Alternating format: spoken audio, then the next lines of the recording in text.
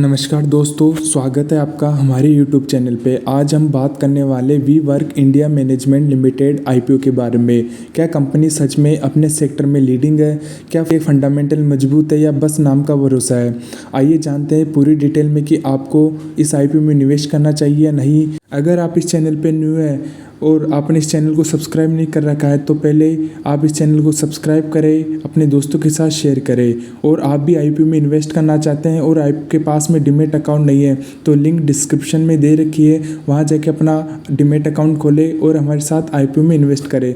तो सबसे पहले स्टार्ट करते हैं कंपनी के ओवरव्यू की तरफ। तो वी वर्क इंडिया मैनेजमेंट असल में एक फ्लेक्सिबल वर्क स्पेस प्रोवाइडर है, यानी कंपनी कॉरपोरेट्स और स्टार्टअप्स को ऑफिस स्पेस, कोवर्किंग एरिया और मीटिंग रूम प्रोवाइड करती है।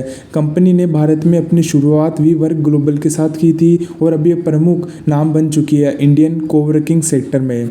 आज के समय में वी वर्क इंडिया के पास 40 से ज़्यादा लोकेशंस जो मुंबई, दिल्ली, बेंगलुरु और पुणे जैसे बड़े शहरों में फैली हुई है। अगर हम इसके business model and revenue source की बात करें तो कंपनी का बिजनेस मॉडल बहुत सिंपल है। ये बड़े कॉरपोरेट ऑफिस बिल्डिंग्स को लीज पर लेती है और फिर इन्हें modern fully finished work space में कन्वर्ट करती है।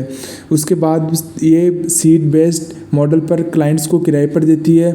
इनका जो मुख्य रिन्यू आता है वो ऑफिस रेंट और मेंबरशिप फीस से आता है। इवेंट्स और कॉन्फ्रेंसिंग सर्विसेज और एंड ऑन सर्विसेज जैसे इंटरनेट, कैफेटेरिया, प्रिंटिंग आदि से इनका रिन्यू जनरेट होता है। अगर हम इनके फाइनेंशियल परफॉर्मेंस की बात करें फाइनेंशियल परफॉर्मेंस की, तो पिछले कुछ सालों में वी वर्क इंडिया की ग्रोथ शानदार रही है। फाइनेंशियल ईयर 2022 में कंपनी का रिन्यू लगभग 1300 करोड़ था, जो फाइनेंशियल ईयर 2024 तक बढ़कर 2000 करोड़ से ज़्यादा पहुंच गया। EBITDA मार्जिन में भी सुधार देखा गया है, जो कंपनी के कॉस्ट मैनेजमेंट को दर्शाती है। हालांकि कंपनी अभी भी कुछ लोकेशन पर लॉस रिपोर्ट कर रही है, लेकिन ओवरऑल ग्रोथ ट्रेड पॉजिटिव है।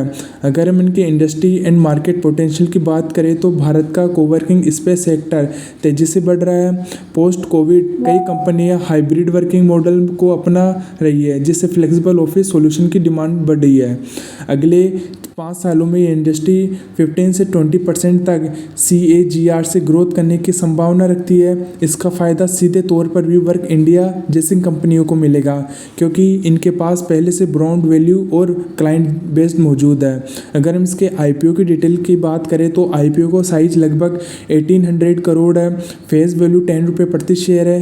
प्राइस बैंड की बात करें तो 400 से 420 प्रति शेयर है। लॉट साइज 35 शेयर है एंड जो इसकी लिस्टिंग वो NSE एंड BSE दोनों पर होगी। IPO से मिलने वाले फंड का उपयोग कंपनी अपने कर्ज चुकाने एवं नई लोकेशन डेवलप करने और टेक्नोलॉजी इंफ्रास्ट्रक्चर को मजबूत करने में करेगी। अगर हम इसके स्ट्रेंथ एंड वीकनेस की बात करें तो इंडिया के कोवर्किंग सेक्टर में leading position and high occupancy rate, strong client portfolio, brand support from global WeWork. अगर हम इसके रिस्क की बात करें तो लीज कॉस्ट बहुत ज़्यादा है। इकोनॉमिक स्लो डाउन से ऑक्यूपेंसी रेट प्रभावित हो सकता है। कंपटीशन बढ़ रहा है जैसे AWFISS, स्मार्ट वर्क्स आदि से।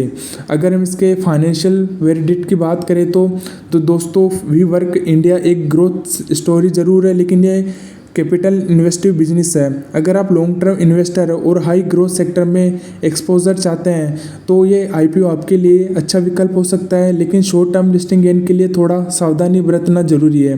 तो दोस्तों, आपको क्या लगता है, वी वर्क इंडिया IPO में निवेश करना चाहिए या नहीं? कमेंट में अपनी राय जरूर बताएं और वीडियो को लाइक, शेयर और सब्सक्राइब करना ना भूलें। तो मिलते हैं नेक्स्ट वीडियो में। धन्यवाद।